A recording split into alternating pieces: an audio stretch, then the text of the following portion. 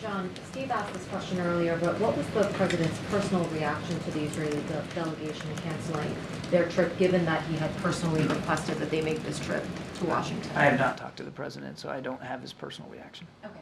On the UN Security Council resolution, if there were to be language added to it, updated to it, that condemns Hamas, would the U.S. support that resolution? Is that what you were saying? That's pretty speculative, MJ. I don't know if I can go there. I mean, this one just passed. As I said, it's a non-binding resolution. I don't know of any additional text that's coming up before the Security Council, so I don't want to get ahead of where we are right now. Well, you were specific about the language and the reasons in the past for vetoing it and now just abstaining from it. So I'm just wondering if the language were to be updated to... I know of no plans to update the language that was just passed this morning. So again, we'd have to, if additional text gets brought before the council, then I guess we'll have to examine it like we do every time. But I don't think it would be a useful exercise to speculate on language that doesn't exist right now. And then just finally on the ground incursion into Rafah and talking about alternatives to that, are U.S. officials basically envisioning, highly precise, targeted military operations as opposed to a major military operation? Can you just talk to us a little bit, even if it's in broad strokes, about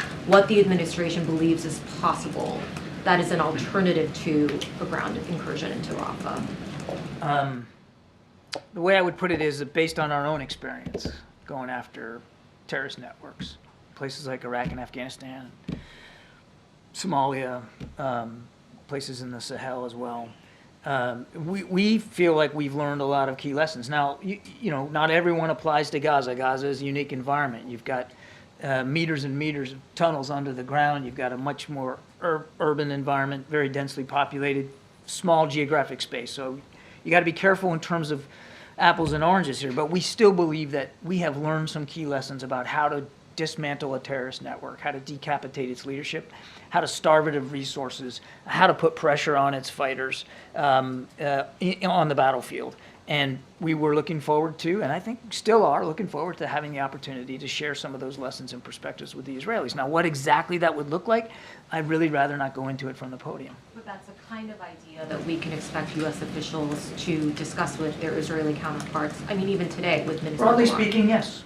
And we'll see what the conversations with the defense minister look like here. Again, he's talking to Jake right now, so we'll have a readout of that, of course.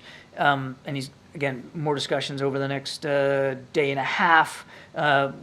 We'll obviously expect a key part of these discussions is going to be how we're going to continue to support Israel. So let's not forget that. I mean, this was a pre-scheduled, long-scheduled trip by the defense minister, largely to talk about how the United States is going to continue to support Israel and the tools that they need. But I certainly would envision, in the context of what happened this morning, with the Israelis canceling that delegation, that we'll take advantage of the opportunity to also talk about Rafah. Thank you. No, Francesca. Oh, thank you.